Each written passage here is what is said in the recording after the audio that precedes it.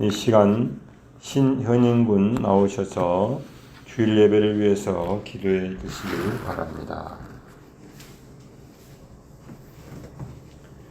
사랑의 하나님 아버지, 성령 강림 후 8번째 주일을 맞이하여 하나님 앞에 나와 예배드리오니 기쁘게 받아주세요.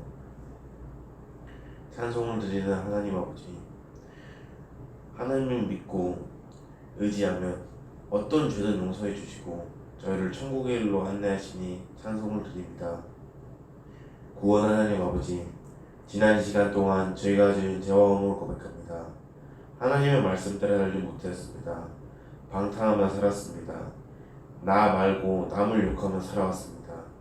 지난 시간 동안 저희가 지은 죄와함으로 고백하오니 흰 눈처럼 깨끗이 용서해 주세요. 그리고 물과 성령으로 거듭나서 새 사람으로 살게 하여 주세요. 복 주신 주님, 이번 시간 나 자신을 돌아보라라는 제목으로 말씀 전하시는 목사님께 복을 내려주시고 저희가 이 말씀 듣고 남을 탓하기보다는 나 자신을 비판하고 또 자신의 성장을 기대하며 살아갈 수 있는 그런 멋진 예배가 되게 해주세요. 예배의 시원 하나님께 부탁드리오며 우리 주 예수 그리스도의 이름으로 기도드립니다. 아멘. 오늘 이 시간 주시는 하나님의 말씀은 갈라디아서 6장 1절에서 5절 말씀입니다. 갈라디아서 6장 1절에서 5절 말씀을 제가 봉독하도록 하겠습니다. 형제들아, 사람이 만일 무슨 범죄한 일이 드러나거든 신령한 너희는 온유한 심령으로 그러한 자를 바로잡고 너 자신을 살펴보아 너도 시험을 받을까 두려워하라. 너희가 짐을 서로 지라. 그리하여 그리스도의 법을 성취하라. 만일 누가 아무것도 되지 못하고 된 줄로 생각하면 스스로 속임이라. 각각 자기의 일을 살피라. 그리하면 자랑할 것이 자기에게는 있어도 남에게는 있지 아니하리니 각각 자기의 짐을 질 것이라. 아멘. 여러분 참 잘 오셨습니다. 이렇게 한번 따라하겠습니다. 나 자신을 돌아봅시다. 나 자신을 돌아봅시다. 사랑하고 축복합니다. 사랑하고 축복합니다. 여러분, 러시아의 문호 톨스토이는 이런 유명한 말을 했습니다. 모든 사람은 인류를 변화시킬 생각을 한다. 그러나 자기 자신을 변화시킬 생각을 하는 사람은 별로 없다. 라는 말을 했습니다. 사람들은 누구나 한 번쯤은 원대한 꿈, 거창한 꿈을 꾸게 됩니다. 저도 한때 1만 112의 꿈을 꾸었습니다. 1만 성도, 100명의 선교사, 12명의 예수님의 제자를 양성해 보겠다는 거창한 꿈을 꾸었습니다. 요한 웨슬리는 세계는 나의 교구다라는 원대한 꿈을 꾸었습니다. 사람들은 가족이나 기업, 민족과 지구촌을 이상적인 목표로 삼습니다. 그러나 이 모든 변화가 자기 개인으로부터 시작된다는 사실에 대해서는 잘 모릅니다. 그래서 밖을 향해서는 큰 소리를 치지만은 자기 자신의 내면적인 변화와 성숙을 위한 훈련을 위해서는 좀처럼 노력을 하지 않고 있는 것을 보게 됩니다. 이 다음에 나오는 글을 읽으면은 이러한 생각이 맞는 것을 우리는 알게 됩니다. 제가 한번 죽음을 앞둔 어떤 사람의 글을 한번 읽어드리도록 하겠습니다. 내가 젊고 자유로워서 상상력의 나래를 펼 때에 나는 세상을 변화시키겠다는 꿈을 꾸었다네. 좀 더 나이가 들고 지혜를 얻었을 때 나는 세상이 결코 변하지 않으리라는 것을 알았다네. 그래서 내 시야를 약간 좁혀서 내가 살고 있는 나라를 변화시키겠다고 결심했지. 그러나 그건 역시 불가능한 일이었네. 황혼의 나이가 되었을 때 나는 마지막 시도로 나에게 가장 가까운 내 가족을 변화시키겠다고 마음을 정했다네. 그러나 아무도 달라지지 않았지. 이제 죽음을 맞이하기 위해 자리에 누운 나는 문득 깨닫는다네. 만약에 내가 내 자신을 먼저 변화시켰다면 그것을 보고 내 가족이 변화되었을 것을, 또한 그것에 용기를 내어서 내 나라를 더 좋은 곳으로 바꿀 수 있었을 것이세. 그리고 누가 아는가 세상까지도 변화되었을지를. 이런 글을 남겼습니다.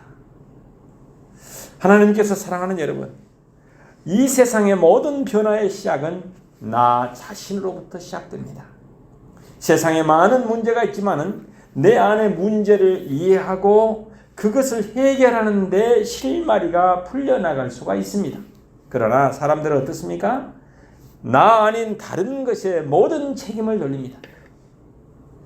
그리고 다른 것이 잘못되었기 때문에 문제가 되었다고 이야기합니다. 그래서 내 탓을 하지 않고 남의 탓을 하면서 살아갑니다.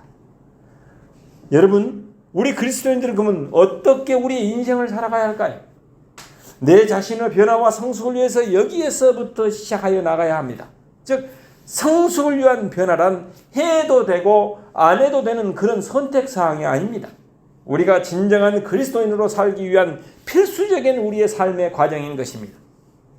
우리가 살아있다는 것 그 자체가 이미 변화의 그 과정 속에 들어와 있는 것입니다. 그래서 변화하지 않으면 우리는 이미 정체된 것입니다. 우리는 퇴보할 수밖에 없는 것입니다. 이 사실을 알면서도 많은 사람들은 어떻습니까? 고착 상태에 빠져서 변화를 싫어합니다. 고착 상태를 영어로 뭐라 그래요? 픽세이션. 고착되어 있다. 집착, 고정되어 있다는 것입니다. 자기가 갖고 있는 그 삶에 안주하고 싶어 합니다. 변화란 사람에게 용기를 요구하기 때문에 그렇습니다. 변화와 성숙이란 때로 노력을 해야 합니다. 때로는 자기 반성과 엄청난 훈련에 들어가야지만이 변화와 성숙의 역사가 나타나게 됩니다. 저는 목공 이렇게 실습을 하면서 그 사실을 깨닫게 되었어요. 도면에 보면 아무것도 잘 모르겠어요. 그런데 모르는 것을 붙잡고 변화를 시도하면서 하루하루 해나가다 보면은 어느새 내가 전문가로 변해가고 있다는 사실을 알 수 있었습니다. 여러분, 오늘 읽었던 사도 바울은 갈라디아서 6장 1절에서 뭐라고 합니까? 형제들아, 사람이 만일 무슨 범죄한 일이 드러나거든 신령한 너희는 온유한 심령으로 그러한 자를 바로잡고 너 자신을 살펴보아. 너 자신을 돌아보아. 너도 시험을 받을까 두려워하라고 말씀하였습니다. 너 자신을 돌아보아라. 남의 잘못과 남의 문제점 그것만을 들여다보지 말고 너 자신을 되돌아보아서 너도 문제가 있는가? 너도 시험에 빠질 수 있는가? 그러면서 내 자신을 다시금 변화의 새로운 하나님이 원하시는 역사 속으로 들어오라고 말씀해 주고 있습니다. 이렇게 성숙해지는 것, 변화되는 것을 막는 우리의 잘못된 마음이 있습니다. 그것은 자기 현실에 대한 자기 만족입니다. 어떻게 보면 그 만족감은 다른 사람에게 자랑으로 나타나게 됩니다. 종교적으로 보면 예수님 당시의 바리새인들의 사고는 그런 점에서 철저히 자기 만족적인 삶을 살았습니다. 영적인 성숙을 파괴하는 치명적인 문제가 자기의 현실에 대충 만족해버리는 삶의 모습인 것입니다. 그리고 이것은 어떤 고정관념에 붙잡히게 되는 것입니다. 자기 자신의 부족함을 느끼지 않고 고정관념에 붙잡히고 그래서 누구의 이야기도 듣지 못하는 그런 모습으로 바뀌어지게 되어버립니다. 타인을 자기의 주관과 자기 잣대 위에서 분석하고 여기에 적합하지 않으면 정죄하고 비난하게 되는 것입니다. 이러한 마음은 닫힌 마음입니다. 열려진 마음이 아닌다는 이야기입니다. 배우고 깨닫는 마음이 아니라 이미 고착된 마음을 가지고 스스로를 감옥 속에 가둬놓는 마음이라고 할 수가 있습니다. 신약 성경에서 이러한 모습이 예수님과 바리새인들의 논쟁 속에 드러나 있습니다. 바리새인들은 전통을 중요하게 생각했습니다. 전통주의라고 하는 그런 관점으로 예수님을 끊임없이 감시했습니다. 그리고 조금이라도 달라지면 예수님을 공격했습니다. 자기들이 볼 때 예수님의 생각과 말씀이 도전적이고 혁명적이고 혁신적이고까지 했기 때문에 그들은 그렇게 비판했던 것입니다. 바리새인들은 자기의 전통을 진리라고 생각했습니다. 그때 예수님은 그것을 거짓이고 위선이라고 지적을 합니다. 그래서 사사건건 예수님과 바리새인들이 부딪히게 됩니다. 안식일에 어떻게 해야지 참된 쉼이 있는가? 법조항 몇 개를 지키면 쉼이 있는가? 아니면 인간 근본적으로 그 마음속에 이 육체 속에 쉼이 있어야 안식의 자리에 들게 되는가를 갖고 강렬하게 서로 대적하고 있는 것을 보게 됩니다.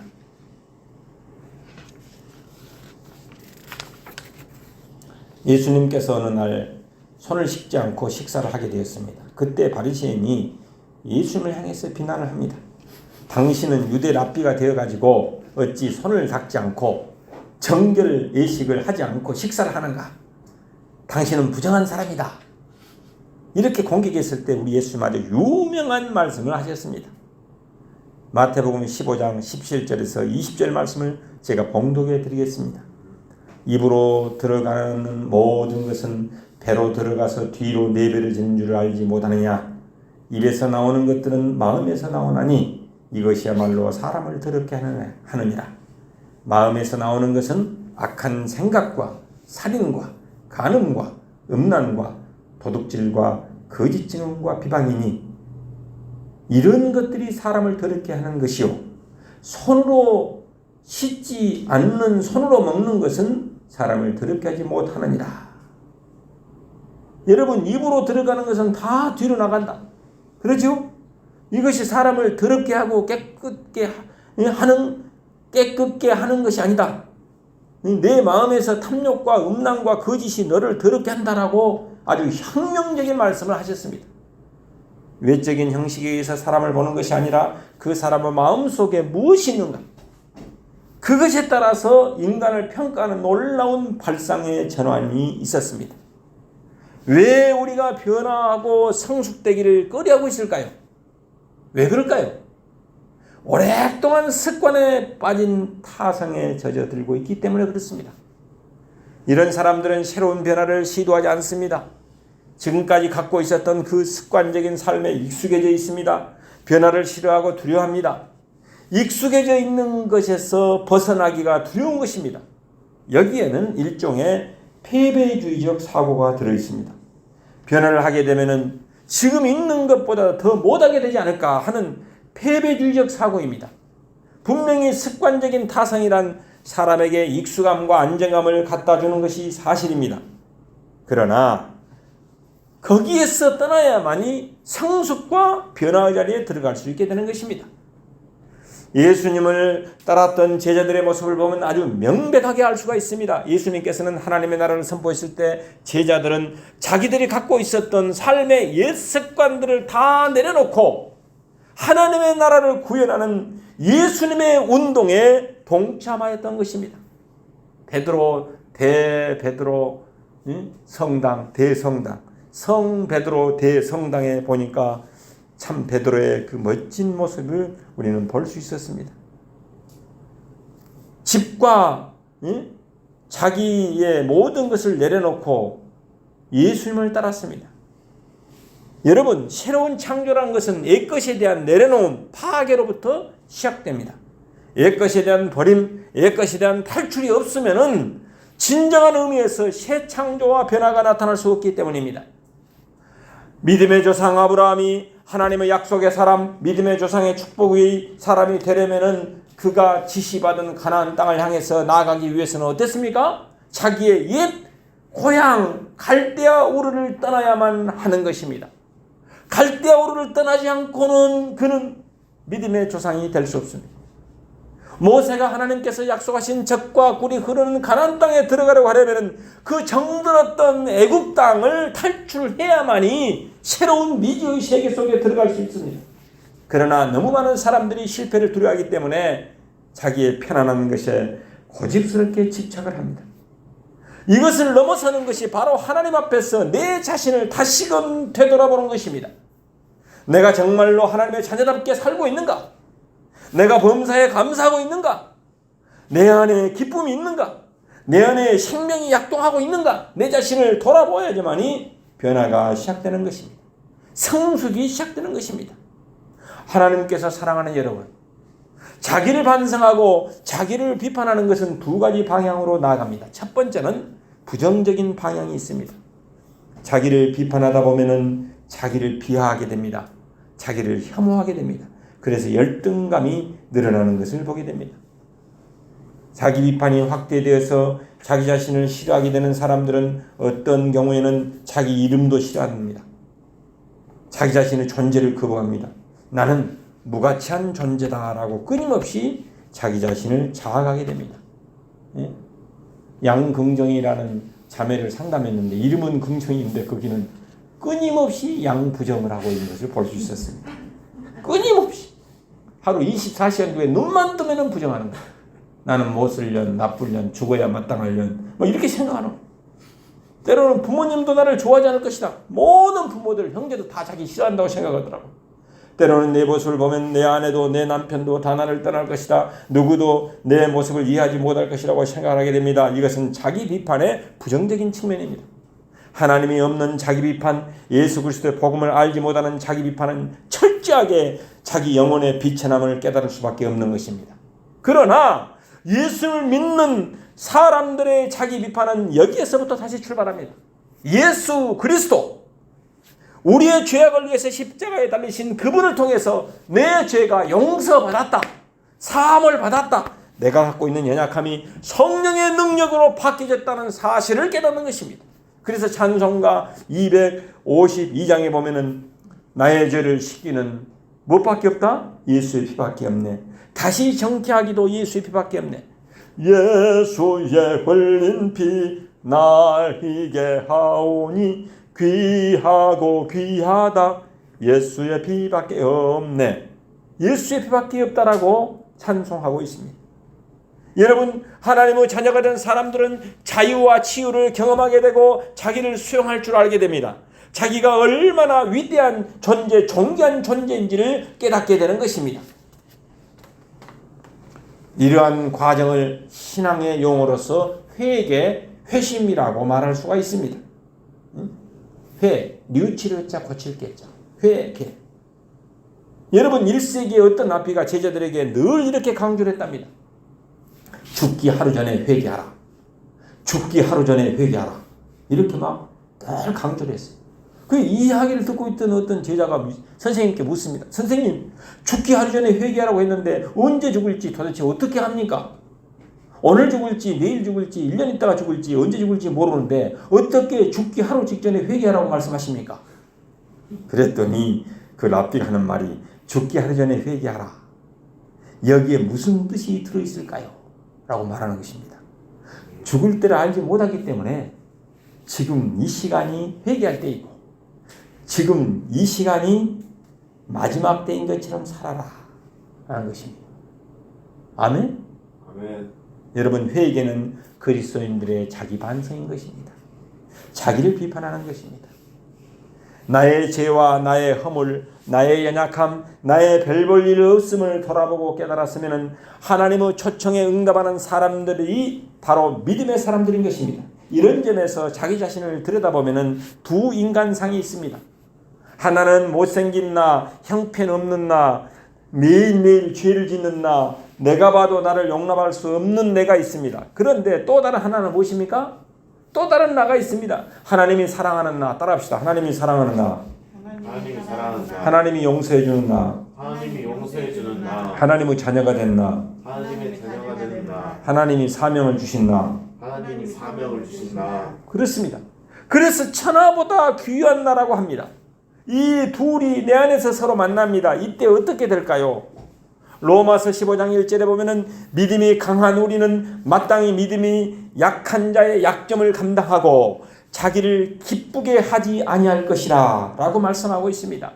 여러분, 믿음이 강한 자가 마땅히 믿음이 연약한 자의 약점을 감당하라는 것입니다.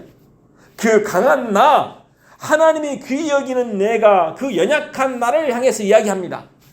나를 향해서. 얘야, 다시 돌아와라. 다시 시작해보자. 또 넘어졌느냐? 다시 일어나라. 또 죄를 지었느냐? 하나님께 용서를 빌고 다시 하나님이 원하는 삶의 길을 걷자. 이렇게 격려하고 다시 이렇게 세우는 것이 믿음의 사람들이 갖고 있는 삶의 모습인 것입니다. 하나님께서 사랑하는 여러분, 교회라는 어떤 것입니까?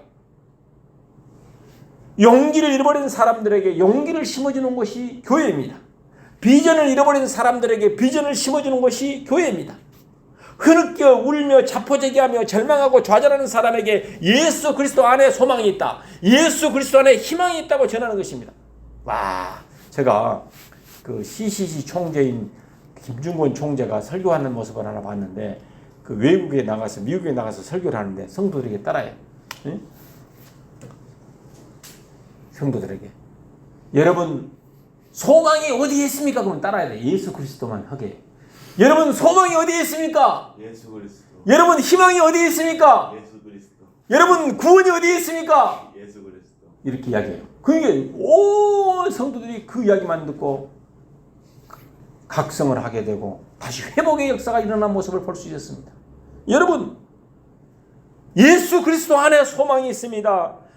절망하고 자기 자포자기하며 좌절하는 여러분, 예수 그리스도 안에 소망이 있다는 사실을 깨달으시기 바랍니다. 너는 다시 새롭게 될 수 있다라고 선포하는 곳, 그것이 어디냐? 교회입니다. 변화될 수 있다, 성숙한 사람이 될 수 있다, 예수 그리스도의 제자가 될 수 있다라고 다시 격려를 받는 곳이 교회라는 것입니다. 그런 점에서 우리는 새로운 삶을 향해서 다시 결단하고 성숙의 길을 가야만 하는 것입니다. 하나님께서 사랑하는 여러분, 우리가 그리스도 안에서 살아있다는 것은 다시 내 자신을 돌아보면서 다시 시작하는 것입니다. 넘어졌다가 오뚜기처럼 일어서서 다시 시작하는 것입니다. 7전8기의 정신으로 다시 시작하는 것입니다. 제가 영상 하나 보냈죠. 어떤 사람이 계단에 올라다가 툭 떨어졌다가 다시 올라오고, 네버 기브업, 결코 포기하지 않았더니 궁극적으로 마지막에는 어때요? 일어서는 모습을 볼 수 있었습니다. 여러분, 그렇습니다. 우리가 그리스도 안에서 살아있다는 것이 무엇입니까? 다시 내 자신을 돌아보면서 다시 시작하는 것입니다. 하나님이 우리에게 능력을 주시는 것을 기대하면서 시작하는 것입니다. 오늘 읽은 갈라디아서 6장 3절에 보면은 사도 바울은 아무것도 되지 못하고 된 줄로 생각하면 스스로 속이는 것이다. 이 정도 됐으면 됐다. 이 정도 됐으면 됐다. 응? 변화되지 않고 이것으로 내 인생 그냥 그대로 살겠다는 것은 스스로를 속이는 것이라는 것입니다. 스스로. 제가 20년을 목회를 해보니까 잘못하면 이런 경지에 빠질 수 있어요. 왜냐하면 다 됐다, 이렇게 생각하기 쉬워요. 여러분, 그런데 바울은 뭐라고 합니까? 너 자신을 돌아보고 살펴보라는 것입니다. 시험을 받을까 두려워하라는 것입니다. 너희가 짐을 서로 짐으로 그리스도의 법을 성취하라는 것입니다. 각자 자기 일을 살피면은 자랑할 것이다. 각자 내 자신을 살피고 내가 어때요? 늘 저녁에 가서 열심히 톱질을 하고 대패질하고 끄질을 하고 했더니 어때요? 작품이 만들어지고 내 자신이 변화되는 것이, 내 연약한 부분을 깎아내고 그랬더니 어때요? 자격증을 하나 따고 두 개 따고 세 개 따고 네 개 따고 다섯 개 따고 여섯 개 따고 이렇게 따게 됐습니다. 자랑할 것이 있다는 것입니다. 각자 자기를 살피면 자랑할 것이 있지만은 남에게 있지 아니할 것이니 각자 자기 일을 자기 짐을 지라라고 사도 바울은 외치고 있습니다. 여러분, 그렇습니다.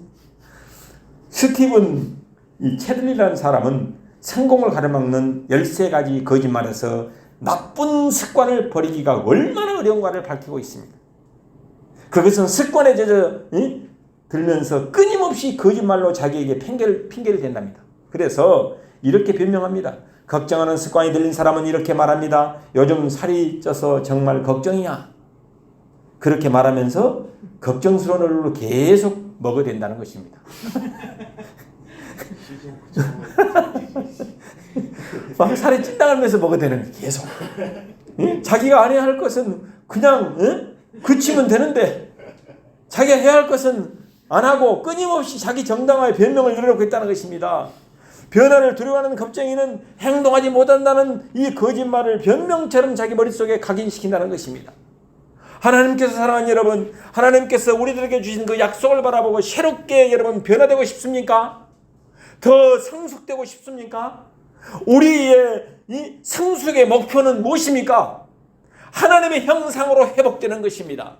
예수 그리스도, 그분의 형상을 닮을 때까지 작은 예수가 되는 것입니다.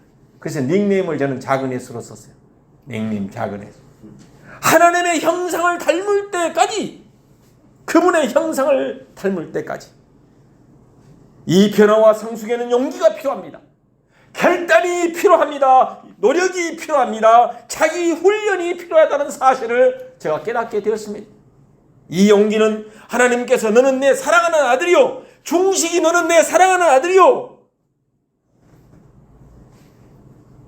내 제자다, 이런 말씀으로 각인하고, 이것이 어디에 나오냐면 예수님께서 세례를 받을 때 하늘에서 음성이 들린 거예요. 너는 내 사랑하는 아들이요, 내가 기뻐하는 자라. 여러분은 오늘 이 시간에 너는 내 사랑하는 아들이요 내 딸이라고 하는 믿음으로부터 여러분이 시작하시길 바랍니다. 주 성령이 임마누엘 하나님께서 내 안에 거하시면서 나는 너를 돕겠다, 내가 너와 항상 함께 하겠다 하는 이 약속의 말씀을 마음속에 믿으면서 변화가 시작되는 것입니다. 하나님께서 사랑하는 여러분, 우리는 익숙해진 옛 습관, 익숙해진 나쁜 습관, 잘못된 습관과 결별해버려야 합니다. 이별해버려야 하는 것입니다. 거기서부터 탈출해야만 합니다. 그리고 하나님께서 주시는 거룩한 형상을 닮아가는 그 모습을 기대하면서 한 걸음 한 걸음 거보를 내딛고 나아가야만 합니다. 나아가다가 넘어지고 나아가다가 실족할지라도 우리를 붙잡아 주시는 하나님을 붙잡고 의지하면서 나아가야 합니다. 이제 우리 모두 늘 깨어서 자기 자신을 돌아보고 거짓된 나, 왜곡된 나, 부정적이고 절망적인 나와 결별하고 하나님의 형상으로 회복된 나, 사랑하는 나, 긍정적이고 창조적인 나로 변화되기를 결심함으로써 새롭게 출발하는 희망찬 주일 아침이 되시기를 예수 이름으로 축원합니다. 아멘. 기도하겠습니다. 사랑의 주님, 늘 깨어서 자신을 돌아보고 거짓된 나, 부정적이고 왜곡된 나와 결별하고 하나님의 형상으로 회복된 나, 긍정적이고 창조적인 나로 변화되기를 갈망합니다. 새사람으로 변화와 성숙되기를 원합니다. 주 성령께서 우리를 찾아오셔서 우리가 하나님의 자녀인 것을 확인시켜 주옵소서.